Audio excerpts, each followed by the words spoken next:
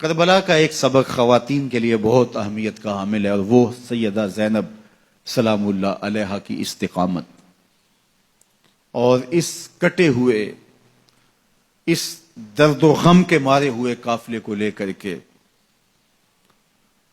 کوفہ سے قادسی اور وہاں سے دمشق اور وہاں سے شہر حبیب تک پہنچنا اور ان کی ڈھارس بنانا، اس کو تسکین دینا، یہ کتنا مشکل مرحلہ تھا۔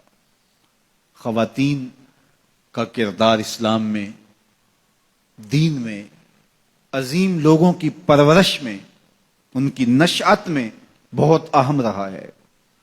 آپ حضرت موسیٰ علیہ السلام کی کہانی پڑھ سکتے ہیں تو پہلے تذکرہ ان کی ماں کا آتا ہے۔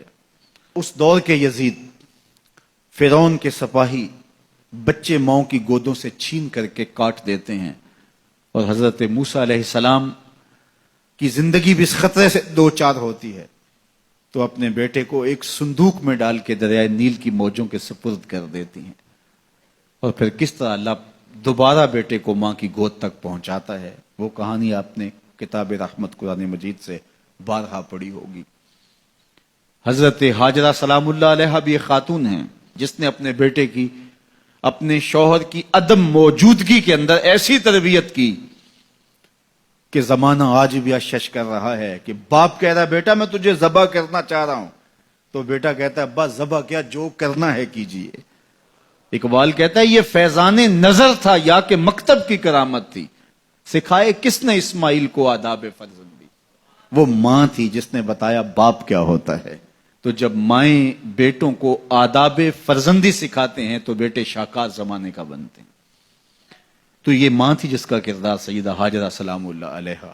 حضرت مریم سلام اللہ علیہا کا کردار دیکھیے، حضرت عیسیٰ کی کہانی شروع ہوتی ہے تو پہلے ذکر سیدہ مریم کا آتا ہے۔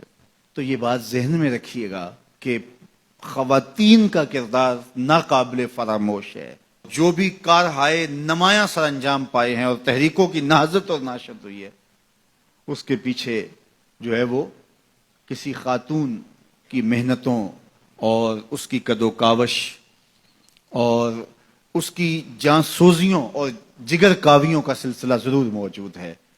اب کربلا کی تاریخ ادھوری رہتی ہے جب تک حضرت سیدہ زینب کا کردار سامنے نہیں آتا۔ میں ایک جملہ کہوں اور وہ یہ کہ حضرت امام حسین رضی اللہ تعالی عنہ نے کربلا فتح کیا ہے، زینب نے شام فتح کیا ہے۔ اور حضرت زینب کی خطابت کے تن تنے اور جس انداز سے آپ نے مخاطبہ کیا، اللہ اکبر، واقعی وہ علی کی بیٹی ہیں، حسین ابن علی کی ہمشیرہ ہیں اور خون نبوت ہے۔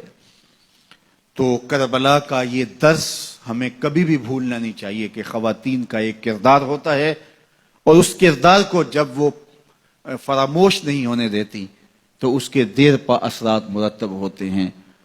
جو مرد ہوتے ہیں ان کی ایک اور طرح کی ذمہ داریاں ہوتی ہیں، لیکن اندرون خانہ ذمہ داریوں کو جب خواتین دیانت کے ساتھ سنبھالتی ہیں تو قومیں بنتی ہیں اور جو ہے وہ تاریخیں رقم ہوتی ہیں۔ تو حضرت زینب سلام اللہ علیہا کا کردار ایک عصمت شیار ماحول اور تقدس مآب معاشرت کی تشکیل کا سبب اور ذریعہ ہے، اور آپ کربلا سے لے کر مدینے تک کس طرح سے اس قافلے کی رہنمائی کرتی ہیں۔ آخری بات، حضرت امام حسین رضی اللہ تعالی عنہ نے ظلم، ناانصافی اور جبر کے خلاف کھڑے ہو کر کے حقیقی طور پہ کامیابی اور کامرانی حاصل کی۔ جس طرح میں نے کہا کہ تلوار نہیں جیتی، خون جیتا ہے۔ مظلومیت خود بڑی طاقت ہے، خود بہت بڑی قوت ہے۔ تو حضرت امام حسین سر بلند ہوئے، سر خرو ہوئے۔